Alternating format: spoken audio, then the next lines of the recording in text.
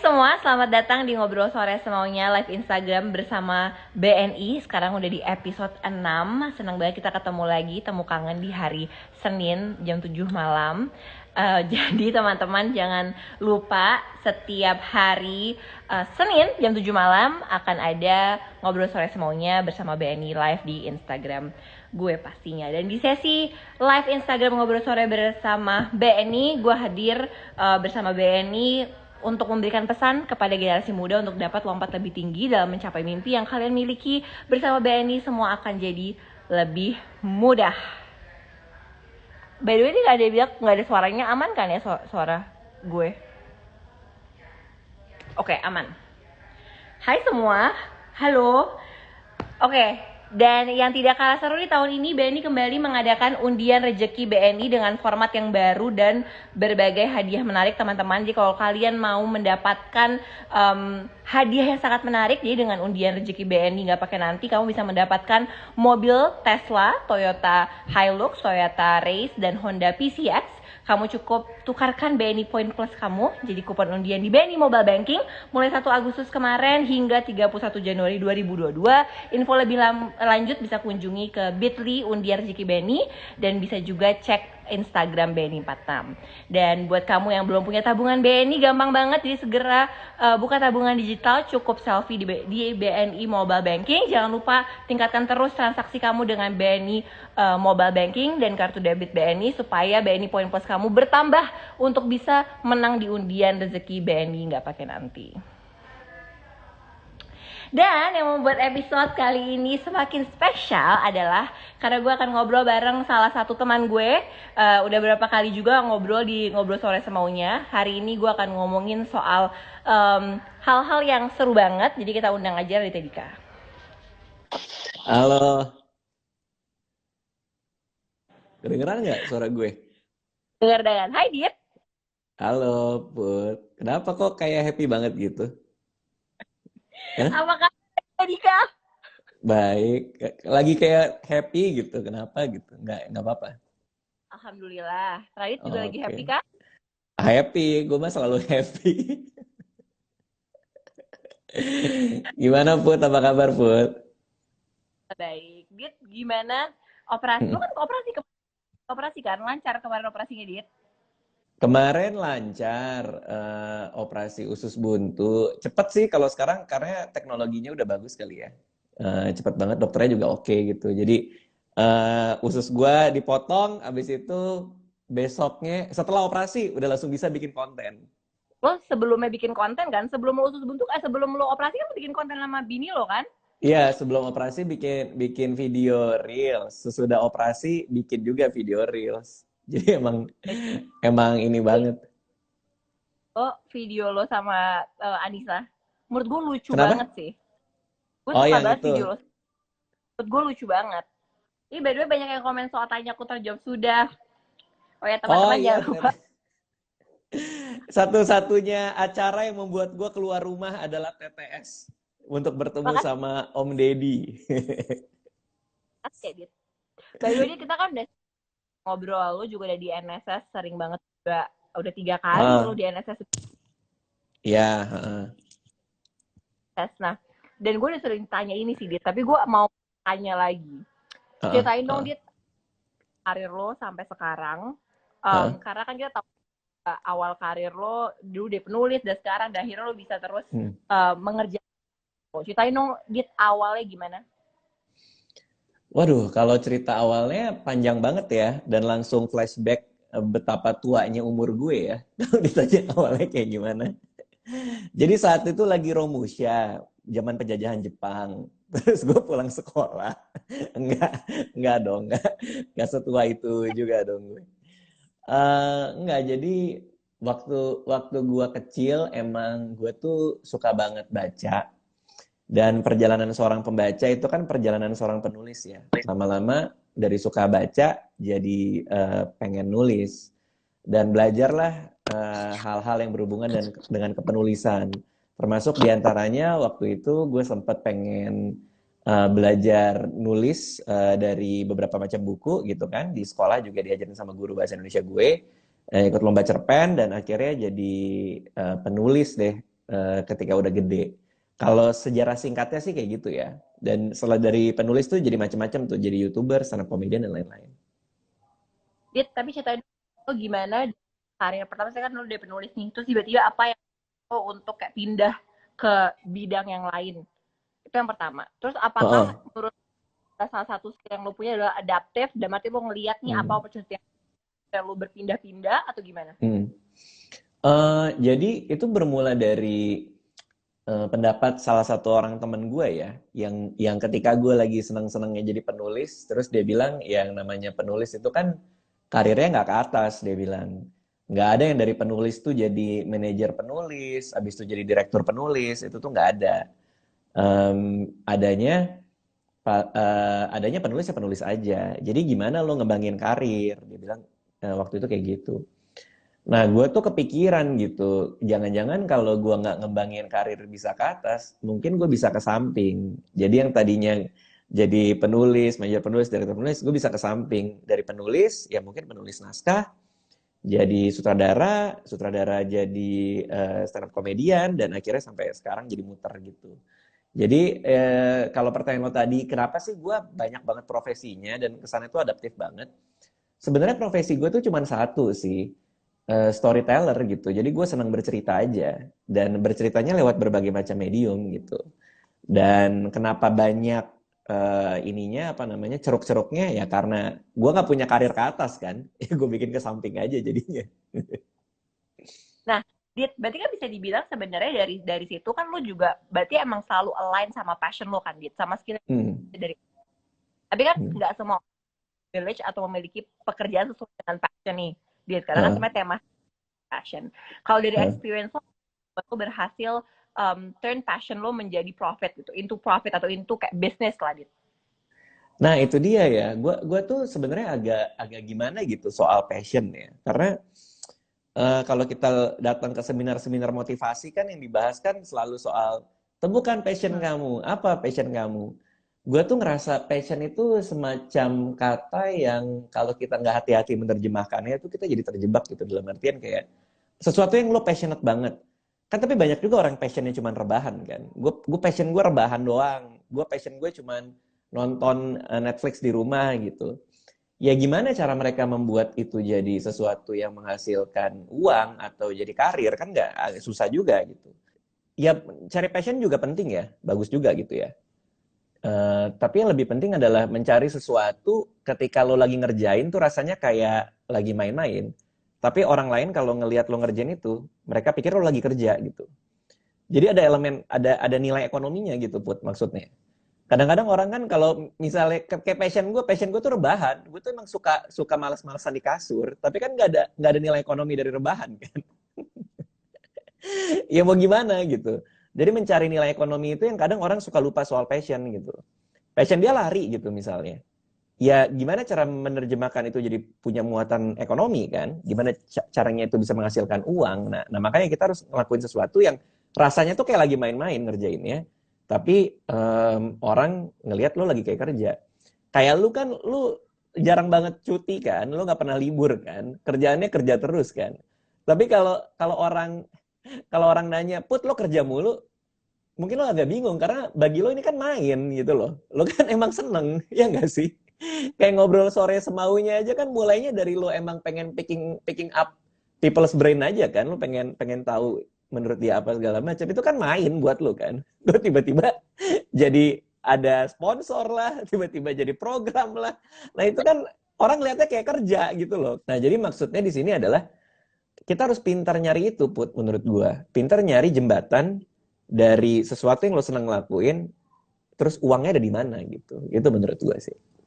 Salah satu kuncinya kan adalah sebenarnya gimana caranya lo nge-balance Hmm. antar atau kayak bermain-main lo itu, ya kan, sama Uh, sistem kan, dan berarti kayak oh bisnisnya. Nah, uh, tapi tak banyak orang yang bisa ngebalance itu kan. Either dia sangat hmm. idealis, ya, Betul. menjual terus Hmm. menerus dan akhirnya sama business Uh, point of view, ya. ya, Tapi ya, banget gitu. Yang mementingkan bisnisnya ya. how do, karena kan lu kan lumayan balance sih antara keduanya. Oke, kalau kita bicara idealisme, kan kalau kita mau bikin karya ya, semacam konten ya. atau karya lah, itu kan ada dua komponen. What do you want to say? Lo mau ngomong apa sih? Sama satu lagi adalah gimana cara nyampeinnya. Nah, idealisme itu adalah soal lo mau ngomong apa. Sisi komersialnya ada di gimana cara nyampeinnya. Jadi bukan sesuatu yang harus saling bertolak belakang gitu loh. Maksudnya ketika gue mau bikin sebuah video edukasi saham misalnya, itu kan sesuatu yang sangat berat dan ribet kan. Tapi cara nyampein gue tuh gimana caranya dalam tanda kutip sekomersial mungkin, serenyah mungkin, sehingga orang bisa nikmatin. Sehingga waktu itu gue ngerangkainya, adek gue mau belajar saham sama gue, jadi mewakili pertanyaan banyak orang awam gitu loh. Jadi maksudnya adalah, lo nggak harus ngorbanin dua-duanya gitu, yang pertama gitu. Sama yang kedua, cari cara menyampaikan dengan gaya yang orang paling banyak gampang. Ya TTS yang tanyaku terjawab sudah itu kan salah satu permainan kita di mana pertanyaannya walaupun banyak yang nggak penting ya pertanyaannya ya. Tapi kan itu cara menyampaikan sebuah informasi yang cukup padat gitu loh. Pertanyaan yang cukup ilmiah, yang padat gitu ya, ada pendapat ahli. Tapi dua orang nggak jelas ini ngalor ngidul dulu di tengah gitu kan. Tapi kan jadi nyampe, orang jadi tahu jawaban aslinya kayak gimana di pendapat ahlinya. Ya cara menyampaikan itu emang penting gitu. Jadi menurut gue kadang orang kalau yang idealis banget itu harus tahu juga bahwa cara menyampaikannya bisa kok kita cari dengan cara yang sederhana sehingga orang bisa terima idealisme kita. Gitu menurut gue. Menurut gue banget, dan dari kita kan udah lumayan kerja sama tuh udah lama ya, kerja bareng tuh lumayan lama ya, dari 2000. Kita punya ada beberapa kesamaan. Kalau gue, menurut gue salah satu yang akhirnya bikin gue terus mau berkarya gitu ya, itu tuh adalah set of values yang gue pegang terus. Itu selalu ada. Jadi kayak makanya kenapa ada TTS, NSS, values-nya kan kayak oke, gue pengen, pengen ngasih insight, pengen bikin sesuatu yang baru gitu. Nah dari lo dia selama ini yang lo berkembang, lo juga udah coba beberapa pekerjaan dan segala macam. Apa sih set of values yang lo selalu pegang? Bener. Kalau gue ngomongnya lebih ke nilai, ya bener ya, value kan artinya nilai ya. Jadi kayak lo bikin sesuatu itu mau bikin nilai apa gitu. Nah kalau gue gampang banget buat gue paling gampang adalah kalau gue bikin film, selesai filmnya itu kelar ya, orang selesai nonton, di bioskop gue mau penonton ngapain? Apakah gue pengen misalnya katakanlah ketika lampu bioskop nyala, gue pengen itu orang keluar dari bioskop, nelpon bapaknya, terus bilang minta maaf karena selama ini banyak salah gitu. Itu kan nilai yang mau gue kasih, bahwa film ini memberikan nilai bahwa ya ketika ada kesalahan, lo harus minta maaf sama bapak lo, katakanlah itu. Stand up comedy gue yang isinya bodoh-bodohan itu, di, di, di YouTube yang isinya nggak jelas itu ya, dimana kemarin gue tour juga keliling Indonesia juga ngelawak-ngelawak doang. Nilai yang mau gue bawa adalah gue pengen kalau orang beli tiket gue, mereka bisa lupa masalah hidupnya selama 2 jam. Jadi 2 jam di ruangan, mereka nggak boleh ingat soal utang, nggak boleh ingat soal apa segala macam. Jadi mereka lenyap aja gitu semua masalah hidup mereka. Begitu keluar bermasalah lagi ya udah silakan ya. Cuman kan gue pengen ngasih safe space buat orang untuk tertawa bareng di show gue. Jadi itu kan nilai gitu loh. Jadi betul. Teman-teman yang nonton pun juga harus kayak gitu. Kalau lu mau bikin sesuatu ya, konten lah, atau jualan barang lah, baju lah, lucunya semakin kita nggak mikirin duitnya, tapi kalau kita mikirin nilai buat orang lain apa, malah justru duitnya akan datang. Anehnya itu. Itu anehnya sih. Kadang-kadang dengan kita punya nilai dan terus menjalankan nilai kita, ya benar tadi lo, akhirnya cuannya datang dengan adanya nilai itu kan, Dit. Nah, Dit, lo bisa dengar gue dengan jelas gak, Dit, by the way? Bisa. Nah, Dit, tadi kan kita ngomongin soal nilai. Lo kan selalu memberikan nilai-nilai soal finansial nih, Dit. Ya kan? Anak muda sekarang. Nah, gue penasaran, waktu ketika lo awal karir dan berhasil mendapatkan income, lo udah aware sebenarnya soal financial management, dan kapan momen sadar bahwa penting banget nih untuk gue ngerti soal financial management? Nah, ini kita udah ngomongin duit nih. Seneng nih gue kalau ngomongin duit nih. Gue kebetulan mahasiswa finance dulu. Emang gue belajar keuangan pas di kampus, pas di Adelaide Uni. Jadi gue tahu prinsip-prinsip keuangan memang dari dulu. Jadi kalau pertanyaannya adalah mulai kapan ngerti soal ngatur duit atau keuangan, dari gua kuliah pun gue juga tahu. Tapi kan ada perbedaan antara ngerti sama diaplikasikan kan. Karena ngerasa itu penting. Karena banyak sarjana ekonomi yang juga masih nggak ngerti cara ngelola uangnya atau berniat untuk ngelola uangnya. Jadi punya ilmu sama mengaplikasikannya ke diri sendiri itu emang dua hal yang berbeda. Nah kebetulan kalau gue pertama kali gue dapat uang gede ya, dapat dapat pekerjaan yang dapat uangnya besar itu kan nulis buku. Royalti pertama gue tuh gue dikasih cek gitu, dikasih giro gitu kan. Nah itu gue megang duit gede banget sebagai anak 21 tahun saat itu. Nah cuman karena gue pernah belajar di perkuliahan, yang namanya time value of money, di mana uang itu kalau dibiarin aja kena inflasi, tapi kalau misalnya diinvestasikan itu bisa nambah, bisa tumbuh, ya gue langsung investasiin saat itu juga gitu. Nah kebetulan karena gue emang kuliahnya belajarnya itu. Jadi langsung di cek pertama gue udah sadar bahwa ini uang nggak boleh didiemin aja. Kalau gue sih gitu dulu ya. Tadi berarti menurut lo apa hal yang paling penting untuk dilakukan anak muda zaman sekarang nih yang baru mulai untuk disiplin soal financial management mereka? Apa yang paling penting untuk tahap awalnya apa Dit? Tahap awal ya pasti ngerti semua instrumennya ya. Jadi tahu apa yang lo beli itu penting. Karena banyak banget anak muda ya gara-gara saham lagi hype kan. Main beli aja saham berasa keren aja kan. Nanti kalau misalnya untung difotoin lagi plus berapa, tapi kalau rugi diem-diem aja diumpetin. Pengen pamer ke teman-temannya. Jadi investasi itu jadi ajang pamer, bukan ajang memenuhi tujuan keuangan gitu loh. Menurut gua penting untuk tahu mindsetnya dulu. Lo investasi itu buat apa sih gitu. Kalau buat gue untuk memenuhi tujuan keuangan bukan buat pamer ke orang. Kalau kan kadang orang kalau ngedenger saham aja udah berasa gaya kan, gue punya saham nih, ih gila gaya banget gitu. Udahlah buanglah jauh-jauh yang kayak gitu-gitunya gitu. Lo investasi untuk memenuhi tujuan keuangan aja gitu. Makanya penting untuk tahu semua instrumennya, tahu apa yang lo beli. Saham tuh kayak gimana, reksadana tuh kayak gimana, bahkan deposito pun juga ngerti mekanismenya kayak apa gitu. Itu yang pertama kali mereka harus paham gitu, satu. Nah yang kedua, ini soal mentalnya. Ya mereka juga harus paham ya, kalau teman-teman mau mulai melek finansial atau ngelola keuangan ya, harus belajar sabar. Sabar aja udah gitu loh. Jangan buru-buru ngelihat ini naik sekian persen mau ikutan juga. Jangan kayak baru berapa hari taruh di instrumen keuangannya di reksadana katakanlah minus sedikit langsung panik kebakaran jenggot gitu.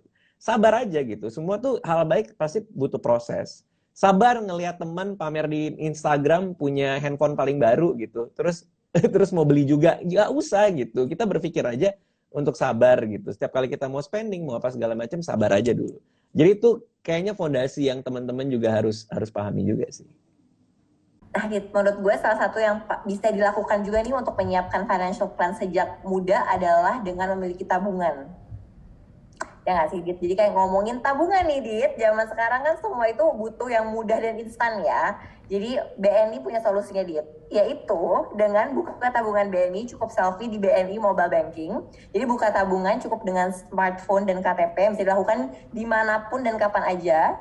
Karena emang kita maunya semuanya serba instan. Nah kalau udah punya tabungan BNI, jangan lupa untuk tingkatkan terus transaksi dengan BNI Mobile Banking dan kartu debit BNI-nya. Karena akan dapat banyak BNI Point Plus, dan BNI Point Plus-nya bisa ditukerin jadi kupon undian rezeki BNI nggak pakai nanti. Nah karena Dit, program undian ini ada menghadirkan hadiah grand prize berupa Tesla, Toyota Hilux, Toyota Race, dan Honda PCX yang berlangsung dari 1 Agustus sampai 31 Januari 2022. Jadi bisa teman-teman cek aja langsung di Instagramnya BNI 46 dan bisa di Bitly undian rezeki BNI. Ya, Dit, jadi kita balik lagi ngobrolnya. Oke, lanjut. Jadi tadi informasinya buat teman-teman, siapa tahu lagi pada ada yang mau nabung mau beli mobil, nah bisa ikuti undian ini, siapa tahu dapet Tesla, ya kan? Jadi bisa ke temennya Bang Radit jadi Kobusier kan punya Tesla.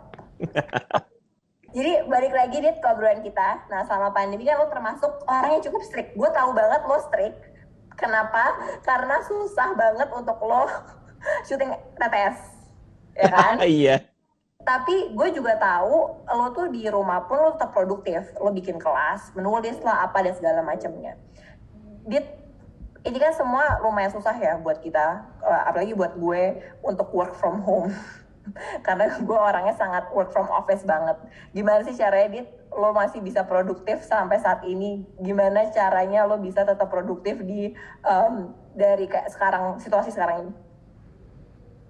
Eh, Bekerja itu buat gue adalah cara untuk ngasih tahu kalau kita masih punya manfaat ke masyarakat buat gue gitu. Jadi kalau gue nggak kerja, gue ngerasa kayak terus gue ngapain gitu loh. Maksudnya gue harus ngasih sesuatu gitu. Makanya gue bikin video lah, atau gue bikin konten lah, atau ngajar kelas nulis, atau bikin cerpen yang gue bagikan gratis di YouTube pas pandemi awal-awal. Karena ya gue pengen punya sesuatu yang ngasih nilai aja. Nilainya itu dari mana sih? Ya nilainya kalau kalau cerpen ya mungkin hiburan gitu.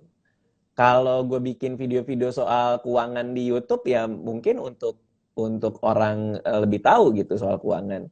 Podcast gue isinya soal self improvement gitu misalnya, gratis bisa didengarkan di Spotify ya mungkin buat itu. Jadi ada rasa kalau buat gue ya, ada rasa kayak gue masih punya kontribusi gitu di masyarakat. Tapi kalau misalnya gue seharian nggak ngapa-ngapain tuh kayak gue tuh ngapain ya kalau kayak gitu ya? Apa kontribusi gue ya ke masyarakat ya gitu. Kalau gue sih ngerasanya kayak gitu. Dan emang dari kecil itu gue kan selalu disuruh kerja ya sama nyokap gue. Dalam artian gue kalau liburan kuliah tuh nggak boleh di rumah sama nyokap. Pasti udah dijorok-jorokin tuh kayak kamu cari magang kayak cari apa segala macem gitu. Jadi lama-lama habit itu kebiasaan gitu. Sekarang gue jadi kalau nggak ada kerjaan gue bingung mau ngapain jadi gue isi aja. Kelas nulis itu ketika gue bikin kelas nulis itu pun juga gara-gara gue lagi nggak ada kerjaan juga. Hari Sabtu Minggu weekend tuh kosong, nggak ada stand up, nggak ada apa gara-gara pandemi. Ya udahlah bikin kelas nulis aja. Nggak tahu sekarang udah 30 kelas gue bikin. jadi ya jadi ya emang itu gitu loh. Ada rasa puas gitu ketika membuat sesuatu kalau buat gue. Tapi balik lagi ke tadi Put, kita tuh harus punya apa sih mission kita? Misi itu juga penting loh.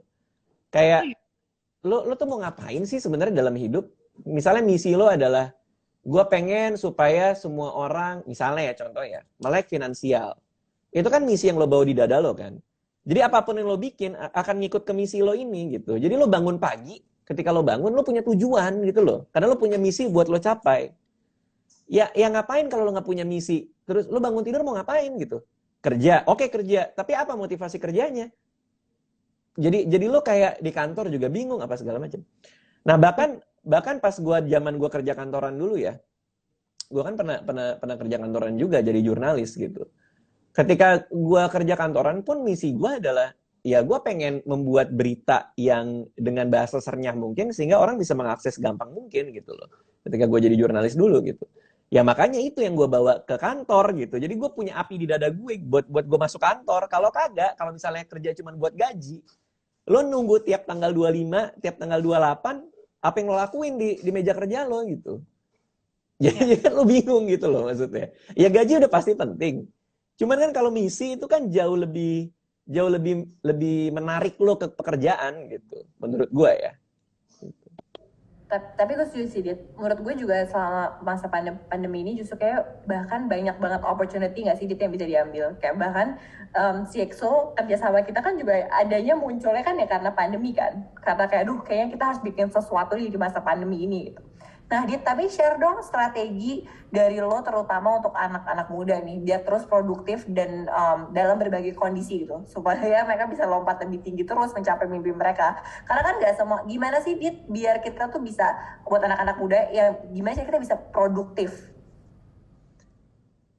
Jauh sebelum kita masuk ke ngomongin soal gimana cara produktif, kita berangkat ke fondasinya dulu, ke akarnya dulu. Menurut gua kita harus punya yang namanya growth mindset ya. Jadi dalam pikiran kita gimana caranya harus selalu tumbuh.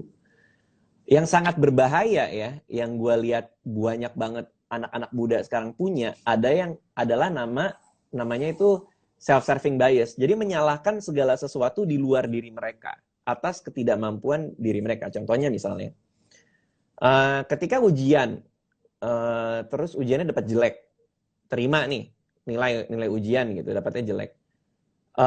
Abis itu disalahin dosennya gitu, karena dosennya benci sama dia lah, dosennya sentimen sama dia, apa segala macam.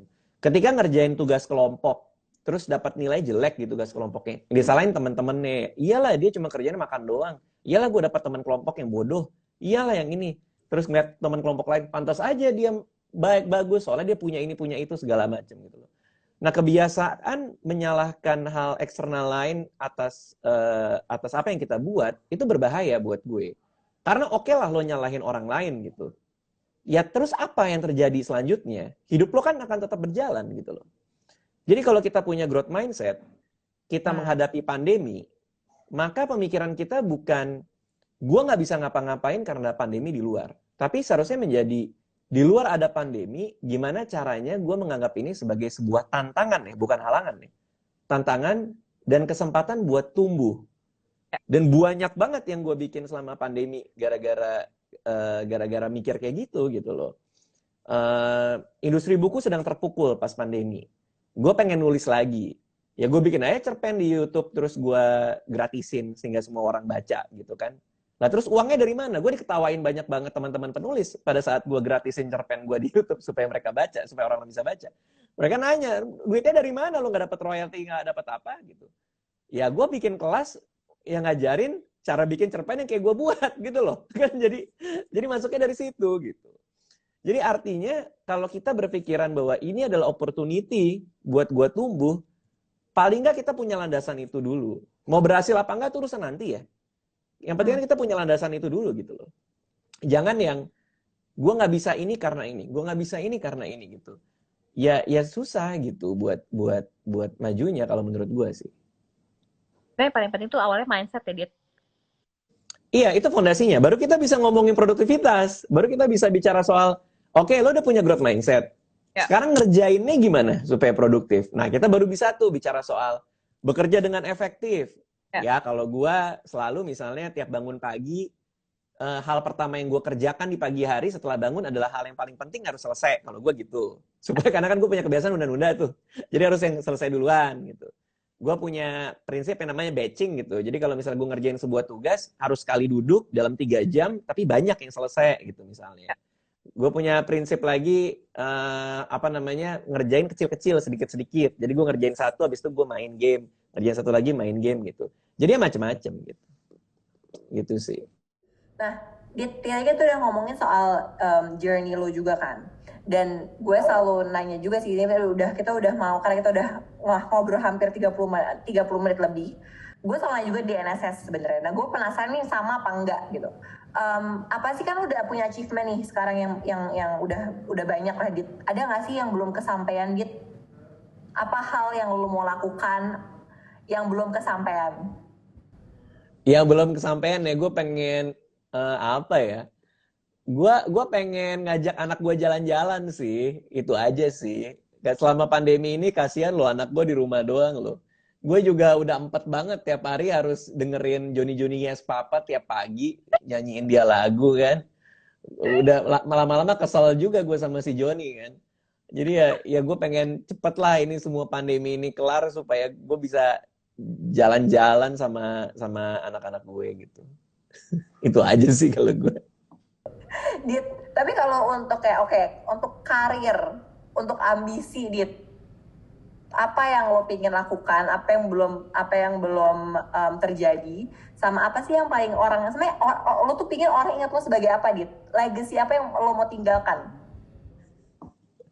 Nah itu anehnya gue nggak tahu. Gue kalau ditanya gitu gue juga bingung gitu.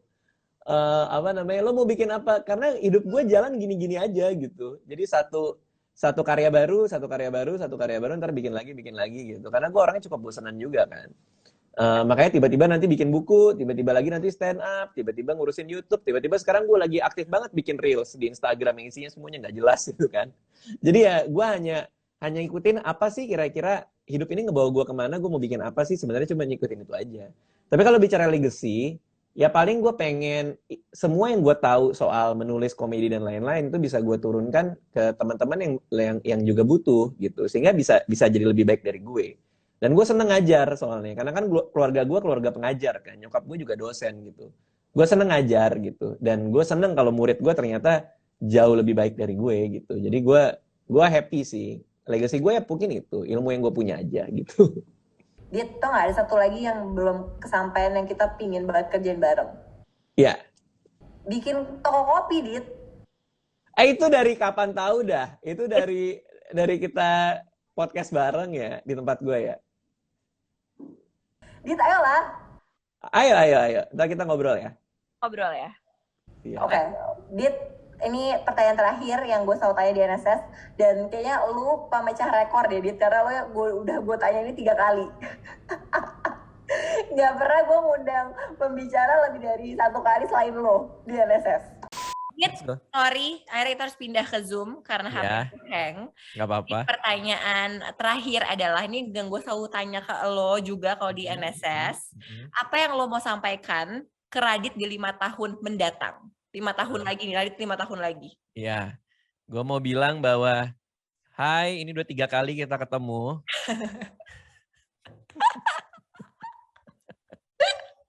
Udah 5 tahun berlalu, ya udah saatnya agak nyantai dikit lah. Lebih banyak menikmati waktu aja, lebih banyak nonton film, main sama anak, bersenang-senang aja lah. Udah 5 tahun kan udah cukup panjang ya. Daripada kerja mulu kan capek. Paling itu sih yang gue bilang. Oke, nanti gue ingetin 5 tahun lagi ya. Lu bukan akan mau pensiun 5 tahun lagi? Gue umur 40 rencananya. Iya, 5 tahun lagi itu seharusnya. Ya kan? Pas kan? Iya, pas sih. Oke. Dit, terima kasih banyak udah ngobrol-ngobrol sama gue. Dan yang gue senang, Dit, sama kolaborasi gue sama BNI adalah di setiap episodenya BNI akan menyumbang 25 juta kepada organisasi atau pihak yang lo ingin donasikan dananya, Dit. Lo memilih organisasi mana atau charity mana, Dit? Gua ke Yayasan Pita Kuning Anak Indonesia. Oke, gua ke situ. Oke, terima kasih nanti BNI sama Ngobrol Sore Semaunya akan mendonasikan 25 juta ke sana, Dit. Thank you so much udah ngobrol sama gue dan gak bosan-bosan diundang di Ngobrol Sore Semaunya. Sehat-sehat, salam buat Anissa. Untuk teman-teman jangan lupa untuk terus nonton Ngobrol Sore Semaunya X BNI live di Instagram gue setiap hari Senin jam 7 malam. Bye-bye. Oke, dadah.